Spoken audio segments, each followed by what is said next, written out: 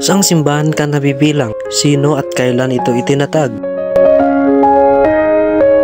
United Church of Christ, nagtatag, nabuo mula sa pagsasanib ng iba't ibang protestanteng denominasyon. Petsa ng pagkatatag noong 1957 AD nang magkaisa ang Congregational Christian Churches at Evangelical and Reformed Church. Pentecostal Church, nagtatag, iba't ibang leader ng kilusang Pentecostal, ngunit ang Azusa Street Revival na pinangungunahan ni William J. Raymore noong 1906 AD ang nagpasimula ng modernong kilusang Pentecostal. Pitsa ng pagkatatag, 1900s AD, opisyal na kilusan ay nag-umpisa noong early 20th century.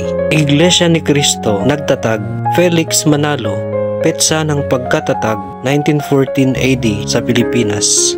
Jehovah's Witnesses, nagtatag, Charles Taze Russell, petsa ng pagkatatag 1870 AD. Seventh-day Adventist Church, nagtatag, Ellen G. White, James White, and Joseph Bates. Batay sa mga ideya ni William Wheeler, petsa ng pagkatatag 1863 AD. Simbahan ni Cristo ng mga banal sa mga huling araw or Mormons, nagtatag, Joseph Smith, petsa ng pagkatatag 1830 AD sa New York, USA. Methodist Church, nagtatag, John Wesley, petsa ng pagkatatag 1738 AD.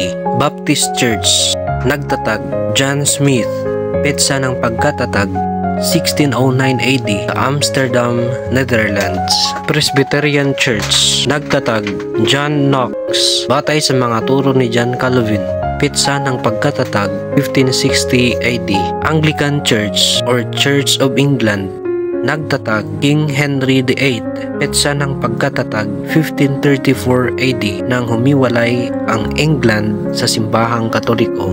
Lutheran Church, nagtatag, Martin Luther, petsa ng pagkatatag 1517 AD, panahon ng Reformasyon. Simbahang Katoliko, nagtatag, ayon sa tradisyon, si Hesukristo ang nagtatag ng Simbahang Katoliko, petsa ng pagkatatag 33 AD matapos ang kamatayan at muling pagkabuhay ni Kristo. Ang bawat simbahan ay may kanya-kanyang kasaysayan at doktrina, kaya malaga ang maingat na pag-aaral kung nais makilala ang kanilang mga turo at pinagmulan.